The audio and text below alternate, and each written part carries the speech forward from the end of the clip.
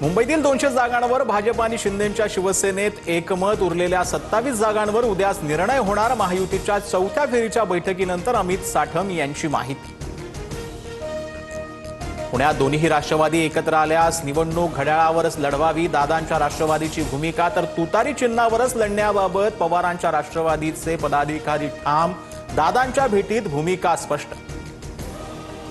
पिंपरी चिंचवडमध्ये दोन्ही राष्ट्रवादी एकत्र लढणार, अजित पवारांची राष्ट्रवादी पवारांच्या पक्षाला 25 ते 30 जागा देणार। 28 जागांवर दोन्ही राष्ट्रवादींचं एकमत, सूत्रांची माहिती। प्रशांत जगतापांच्या कार्यकर्त्यांसह काँग्रेसमध्ये पक्षप्रवेश, टिळक भवनात हर्षवर्धन सकपाळ वडेट्टीवारांच्या उपस्थितीत प्रवेश। पवारांची राष्ट्रवादी सोडल्यानंतर जगतापांची काँग्रेसशी हात मिळवणी। मातोश्री निवासस्थानी जयंत पाटील आणि उद्धव ठाकरेंमध्ये 2 तास चर्चा। मुंबईत ठाकरेंसोबत आघाडीचा आमचा प्रयत्न, मात्र अजून जागा वाटपाच्या निष्कर्षापर्यंत पोहोचलो नाही, जयंत पाटलांची प्रतिक्रिया।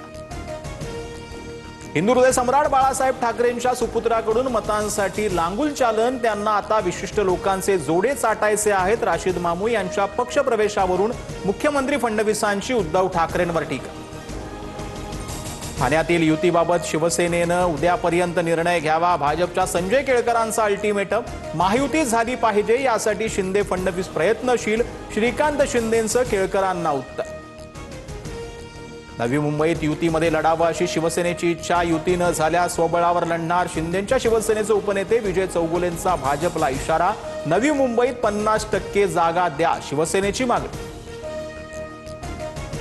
नगरसेविका मानसी काळोख यांच्या पतीच्या हत्येनंतर खोपोलीत तणाव, अजित पवारांचे रायगड जिल्हा अध्यक्ष सुधाकर घारे आणि मुख्य आरोपी रवींद्र देवकरसह 10 जणांवर गुन्हे, अटकेसाठी 10 पोलीस पथकं रवाना।